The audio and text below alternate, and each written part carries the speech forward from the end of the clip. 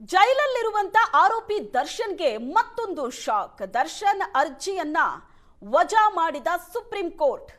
ಆದೇಶ ಮಾರ್ಪಾಡು ಮಾಡುವಂತೆ ಸಲ್ಲಿಸಿದ್ದ ಅರ್ಜಿ ವಜಾ ಆಗಿದೆ. 1 ವರ್ಷ ಬೇಲ್ಗೆ ಅರ್ಜಿ ಸಲ್ಲಿಸುವಂತಿಲ್ಲ ಅಂತ ಕೋರ್ಟ್ ಹೇಳಿತ್ತು. ಮರುಪರಿಶೀಲನೆ ಮಾಡುವಂತೆ ಅರ್ಜಿ ಸಲ್ಲಿಸಲಾಗಿತ್ತು. ಅರ್ಜಿ ವಜಾ ಮಾಡಿದ ಸುಪ್ರೀಂ ಕೋರ್ಟ್ ರಿಜಿಸ್ಟ್ರಾರ್. ಜೈಲಲ್ಲಿರುವಂತ ಆರೋಪಿ ದರ್ಶನ್ಗೆ ಮತ್ತೊಂದು ಶಾಕಿಂಗ್ ಇದೆ. 1 ವರ್ಷ ಬೇಲ್ಗೆ ಅರ್ಜಿ ಸಲ್ಲಿಸುವಂತಿಲ್ಲ ಅಂತ ಕೋರ್ಟ್ ಹೇಳಿತ್ತು. ಅದನ್ನ ಮರುಪರಿಶೀಲನೆ ಮಾಡುವಂತೆ ಅರ್ಜಿ ಸಲ್ಲಿಸಲಾಗಿತ್ತು. ಆ ಅರ್ಜಿ ಈಗ ವಜಾ ಆಗಿದೆ. ವಿಚಾರಣೆಗೆ ಅರ್ಹವಲ್ಲದ ಅರ್ಜಿ ಅಂತ ತಿರಸ್ಕೃತ ಆಗಿದೆ. ವಿಚಾರಣೆಗೆ ಪಟ್ಟಿ ಮಾಡೋದಕ್ಕೆ ಸಾಧ್ಯವಿಲ್ಲ ಅಂತ ಮಾಹಿತಿ ವಕೀಲರಿಗೆ ಮಾಹಿತಿ ಕೊಟ್ಟು ಅರ್ಜಿಯನ್ನ ವಜಾ ಮಾಡಿದೆ ಸುಪ್ರೀಂ ಕೋರ್ಟ್. ಆರೋಪಿ ದರ್ಶನ್ಗೆ ಮತ್ತೊಂದು ಶಾಕ್ ಇದೆ. 1 ವರ್ಷ ಜಾಮೀನಿಗೆ ಅರ್ಜಿ ಹಾಕೋ ಹಾಗಿಲ್ಲ ಅಂತ ಹೇಳಿತ್ತು. ಆದರೆ ಅದರ ಬಗ್ಗೆ ಮರುಪರಿಶೀಲನೆಗೆ ಮತ್ತೊಂದು ಅರ್ಜಿ ಹಾಕಿದ್ರು.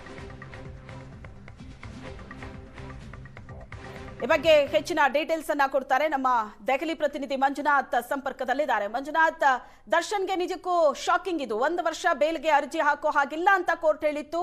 ಮರುಪರಿಶೀಲನೆಗೆ ಅರ್ಜಿ ಹಾಕಿದ್ರು, ಆದ್ರೆ ಅದು ಈಗ ವಜಾ ಆಗಿದೆ. ಸೊ ಏನಂತ ಹೇಳಿದೆ ಕೋರ್ಟ್? ಇನ್ನು ಕೋರ್ಟ್ ಮುಂದೆ ಬಂದಿರ್ಲಿಲ್ಲ, ಅಂದ್ರೆ ಪೀಠದ ಮುಂದೆ ವಿಚಾರಣೆಗೆ ಇದು ಬಂದಿರ್ಲಿಲ್ಲ. ಆದ್ರೆ ರಿಜಿಸ್ಟ್ರಿಯಲ್ಲೇ ಇದು ತಿರಸ್ಕೃತ ಆಗಿರುವಂತದ್ದು ಅರ್ಜಿ. ಬಹಳ ಮುಖ್ಯವಾಗಿ ಶ್ವೇತಾ, ನಾವು ಗಮನಿಸಬೇಕಾಗಿರುವಂತದ್ದು, ಕಳೆದ ಬಾರಿ ಏನು ಆದೇಶವನ್ನ ತೀರ್ಪನ್ನ ನೀಡುವಂತ ಸಂದರ್ಭದಲ್ಲಿ ಬಹಳ ಕೂಲಂಕುಷವಾಗಿ ವಿಚಾರಣೆ ನಡೆಸಿ 2 ದಿನಗಳ ಕಾಲ ವಿಚಾರಣೆ ನಡೆಸಿ ಆದೇಶವನ್ನ ಕೊಟ್ಟಿತ್ತು ಪರ್ದಿವಾಲಾ ಅವರ ಪೀಠ, ನ್ಯಾಯಮೂರ್ತಿ. ಆ ಸಂದರ್ಭದಲ್ಲೇ ಹೇಳಿತ್ತು, ಈ ತರ ತಡ ಆಗ್ತಾ ಇದೆ ಅನ್ನುವಂತ ಒಂದೇ ಒಂದು ಕಾರಣವನ್ನ ಇಟ್ಕೊಂಡು ನಾವು ಜಾಮೀನು ಕೊಡ್ಲಿಕ್ಕೆ ಬರೋದಿಲ್ಲ, ಯಾಕಂದ್ರೆ ಪ್ರಕರಣ ಆಗಿಲ್ಲ ಅನ್ನುವಂತ ಅಭಿಪ್ರಾಯ ಕೋರ್ಟ್ ಪಟ್ಟಿತ್ತು. ಮತ್ತೆ ಆದೇಶದಲ್ಲೂ ಕೂಡ ಅದನ್ನ ತಿಳಿಸಿತ್ತು. ಅದಾದ ನಂತರ ಪುನಃ ಈ ಮರು ತಿದ್ದುಪಡಿಯ ಒಂದು ಅಂಶವನ್ನ ಇಟ್ಟುಕೊಂಡು ಮಾರ್ಪಾಡನ್ನ ಮಾಡಿ ಅರ್ಜಿಯನ್ನ ಸಲ್ಲಿಸಿತ್ತು.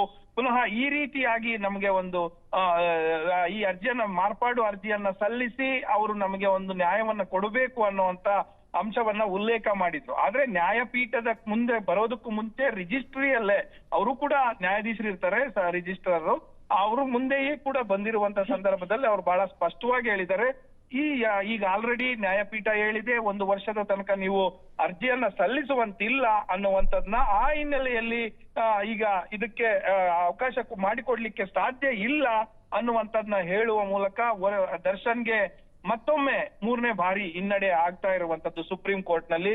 ಹಾಗಾಗಿ ಈ 1 ವರ್ಷ ಏನಿದೆ ಜೈಲು ವಾಸ ಅದು ಕಂಟಿನ್ಯೂ ಆಗುತ್ತೆ. ಪುನಃ ಡಿಸ್ಟರ್ಬ್ ಮಾಡಕ್ ಹೋದ್ರೆ ಅದು ಮತ್ತೆ ಬೇರೆದ್ದೇ ರೀತಿಯ ಪರಿಣಾಮಗಳು ಉಂಟಾಗ್ತವೆ ಅನ್ನುವಂತ ಎಚ್ಚರಿಕೆ ಈಗಲಾದ್ರೂ ದರ್ಶನ್ ವಹಿಸಿದ್ರೆ ಅದು ಕಡಿಮೆ ಆಗುತ್ತೆ. ಯಾಕಂದ್ರೆ ಈಗ ಒಂದು ಕಡೆ ಅಲ್ಲಿ ಏನು ಲೋಕಲ್ ಕೋರ್ಟಿನಲ್ಲಿ ನಡೀತಾ ಇದೆ ವಿಚಾರಣೆ, ಜೊತೆಗೆ ಸಾಕ್ಷಿಗಳ ವಿಚಾರಣೆ ಎಲ್ಲವೂ ಕೂಡ ನಡೀತಾ ಇದೆ. ಇಂತಹ ಸಂದರ್ಭದಲ್ಲಿ ಅರ್ಜಿ ಹಿಡ್ಕೊಂಡು ಸುಪ್ರೀಂ ಕೋರ್ಟ್ಗೆ ಬಂದ್ರೆ ಪುನಃ ಅದು ಬೇರೆಯದ್ದೇ ರೀತಿಯಾದಂತಹ ಪರಿಣಾಮಗಳು ಉಂಟಾಗ್ಬೋದು ಅನ್ನುವಂಥದ್ನ ಊಹಿಸಿದ್ರೆ ಈ ಸಂದರ್ಭದಲ್ಲಿ ಒಳ್ಳೇದಾಗುತ್ತೆ.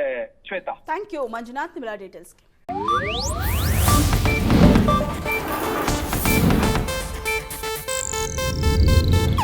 ಇದು ಏಷ್ಯಾನೆಟ್ ನ್ಯೂಸ್ ನೆಟ್ವರ್ಕ್ ಪ್ರಸ್ತುತಿ.